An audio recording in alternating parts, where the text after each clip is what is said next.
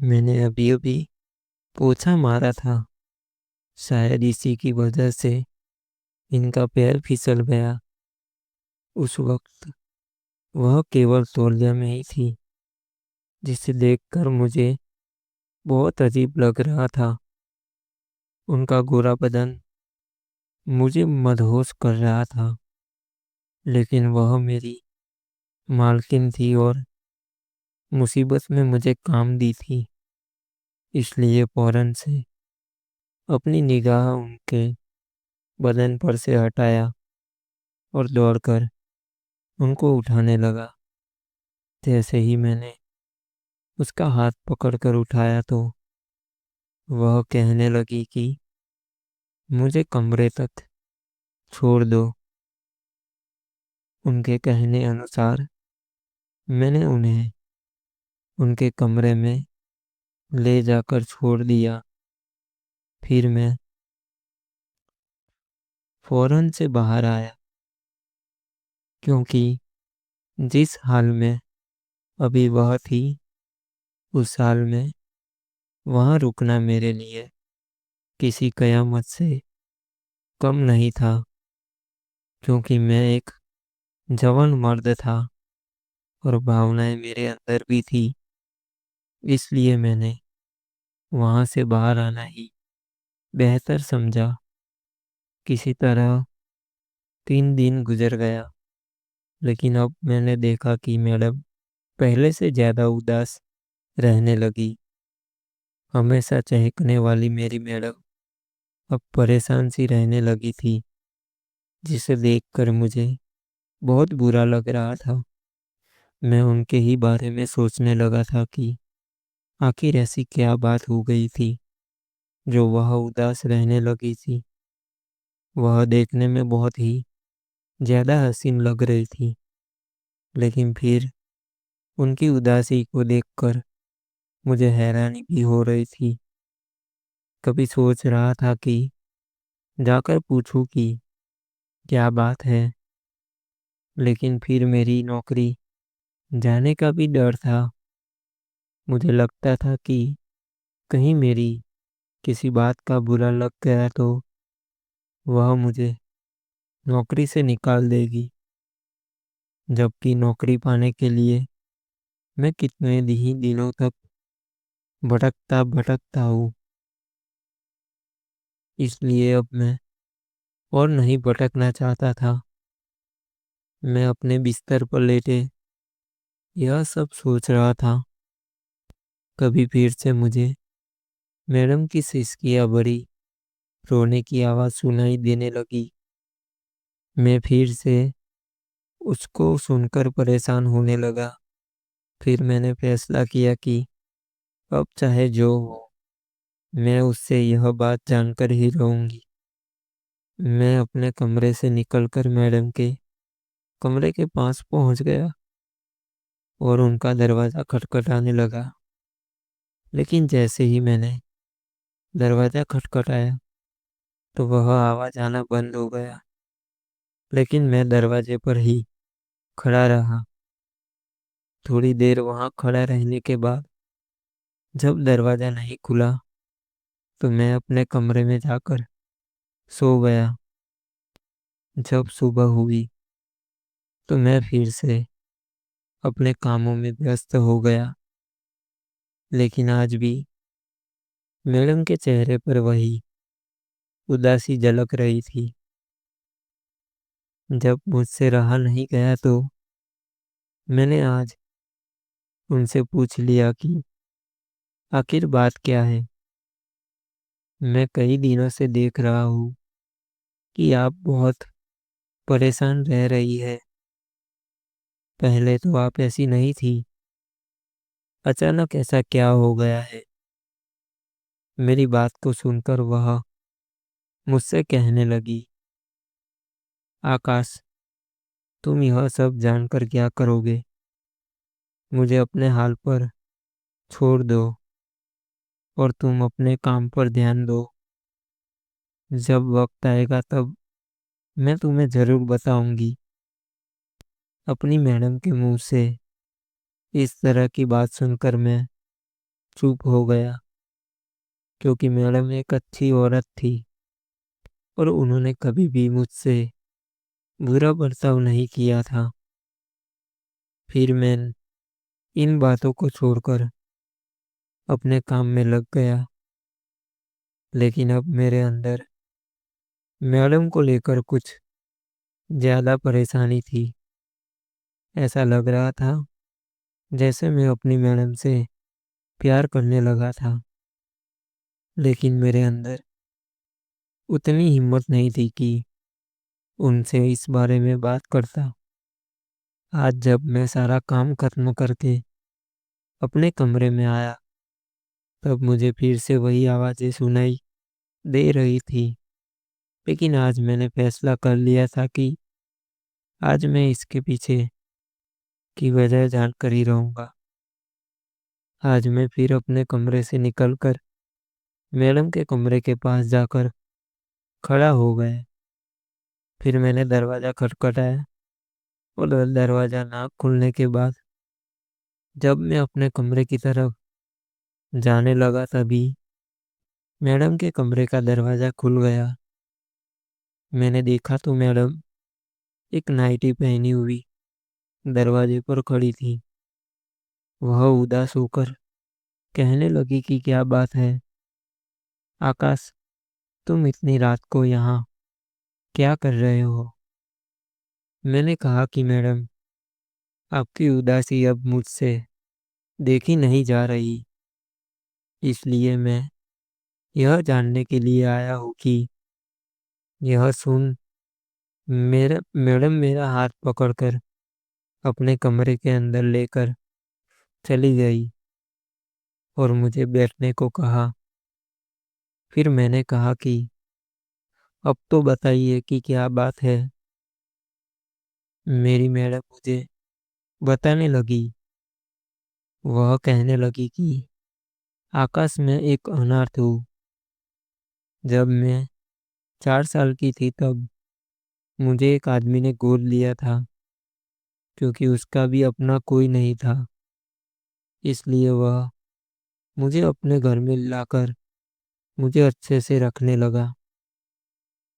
उनके साथ रहने के बाद मुझे महसूस हुआ था कि एक माता पिता का प्यार क्या होता है, क्योंकि वह मुझे एक पिता के साथ साथ एक माँ का भी प्यार दिया था।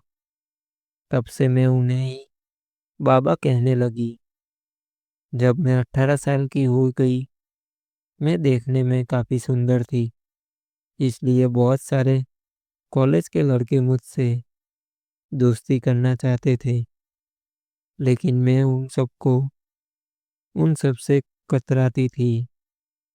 फिर एक दिन मेरे बाबा की अचानक एक्सीडेंट में मौत हो गई।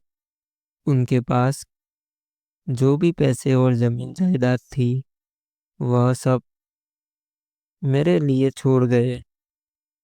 उनके जाने के बाद मैंने अपनी पढ़ाई जारी रखी। उसी दौरान मुझे कॉलेज में एक लड़के से प्यार हो गया।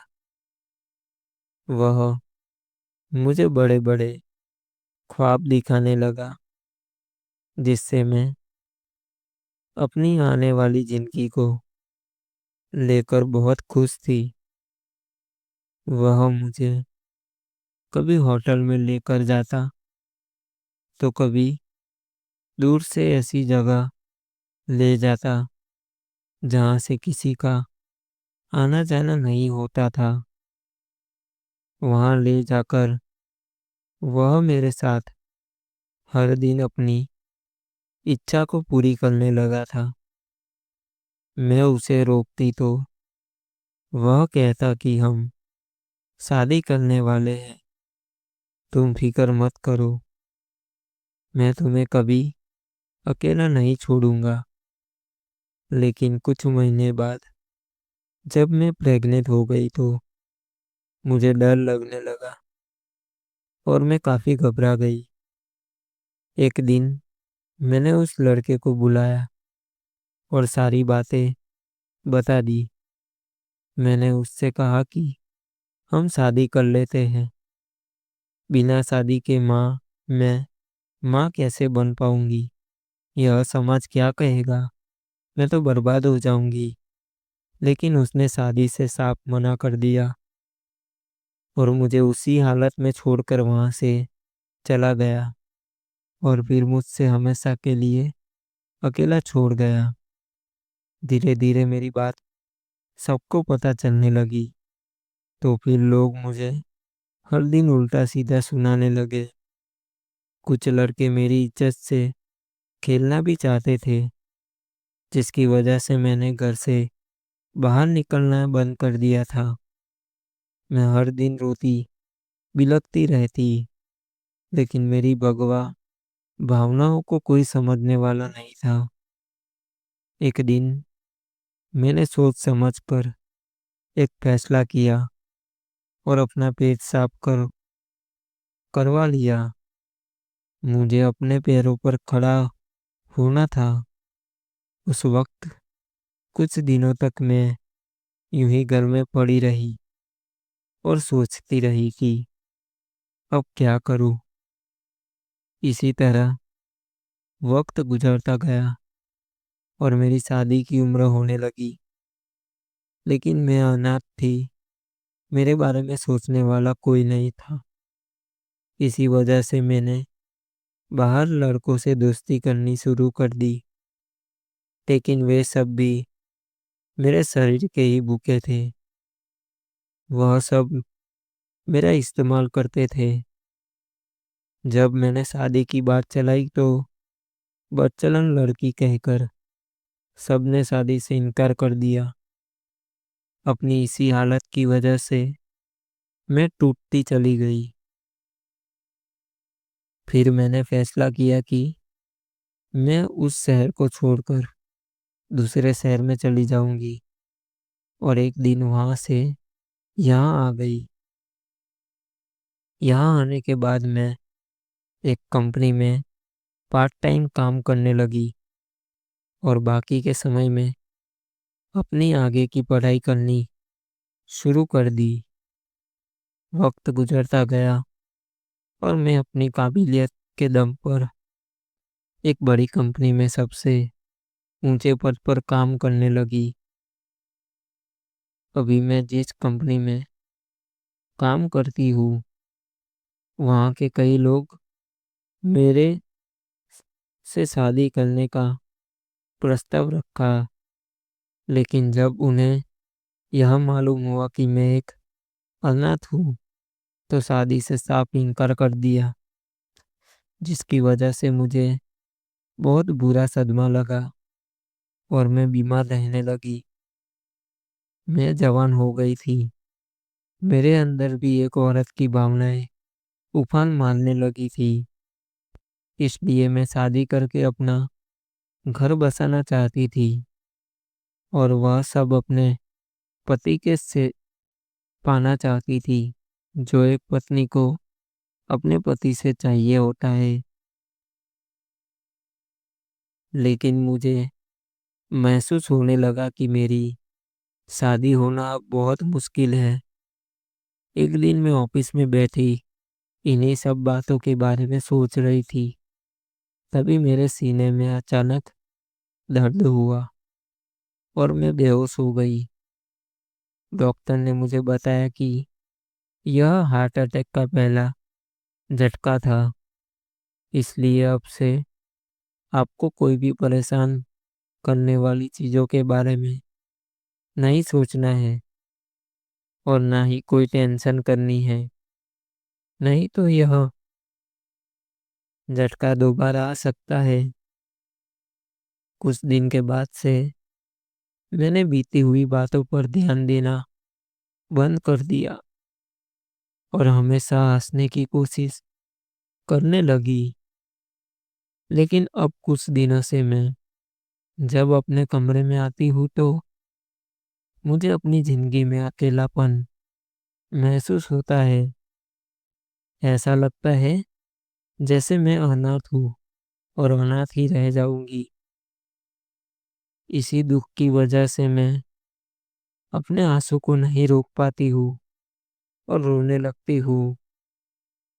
इतना सब बताते हुए मैडम की आंखों में आंसू आ रहे थे, लेकिन उनकी बातों को सुनने के बाद मेरे आंखों में भी आंसू आ गए थे। मैं सोचने लगा कि लोग कितने स्वार्थी हैं। क्या एक अनाथ को जीने का कोई हक नहीं है? मैंने रिया मैडम से कहा कि मैडम, अगर आप बुरा ना मानो तो मैं आपसे कुछ कहना चाहता हूँ। मैडम मुझे हैरान नजरों से देखने लगी। तभी मैंने कहा कि मैडम, आप चाहे तो आपके जीवन में मैं खुशी दे सकता हूँ। जिसकी उम्मीद आप छोड़ चुकी है, वह मेरी तरफ देखकर कहने लगी कि आखिर तुम्हारे कहने का मतलब क्या है? मैंने कहा कि मैडम, मैं आपसे प्यार करने लगा हूँ। अगर आप चाहो तो मैं आपसे शादी करने के लिए तैयार हूँ। मुझे आप बहुत अच्छी लगती हो मैडम। मेरा हाथ पकड़कर और कहने लगी, क्या तुम सच कह रहे हो? मैंने उसे पूरा यकीन दिलाया कि मैं उसे प्यार करता हूँ। और फिर अगले ही दिन मैंने उसके साथ शादी कर ली। वह मुझसे लिपट कर रोने लगी और कहने लगी, आकाश, तुमने मेरी भावनाओं को समझा और मुझे अपना बनाया। तुमने मुझे एक नई जिंदगी दी, जिससे आज मैं बहुत ही ज़्यादा खुश हूँ। मैंने कहा कि मैं गरीब जरूर हूँ, लेकिन मैं औरतों की भावनाओं का सम्मान करता हूँ। फिर जब शादी के बाद हमारी सुहागरात थी तो मैंने रिया से कहा कि मैं चाहता हूँ कि उसकी शुरुआत तुम करो, क्योंकि मैं तुम्हें खुश देखना चाहता हूँ। फिर रिया ने मेरा हाथ पकड़ा और मुझे लेकर कमरे में चली गई। उस रात हमने जमकर प्यार किया, हम दो जिसमें एक जान हो गए। जब सुबह हुई तो मैंने देखा कि मेरी पत्नी रिया के चेहरे पर फिर से वही मुस्कान झलक रही थी, जिसे देखकर मुझे बहुत अच्छा लग रहा था। फिर रिया ने मुझसे कहा कि तुम अपने परिवार को सब कुछ बताकर यहाँ ले आओ, ताकि मैं पूरे परिवार के साथ ही यहाँ पर रहूं। इसलिए मैं अपने गांव जाकर अपनी माँ को सब कुछ सच बताकर उन्हें ले आया। अब हम सब लोग यहाँ खुशी खुशी रहते हैं। तो दोस्तों, यह थी हमारी आज की कहानी का पार्ट 2। अगर आपको पसंद आए तो लाइक करें और हमारी चैनल को भी सब्सक्राइब कर लें। मिलते हैं अगली वीडियो में।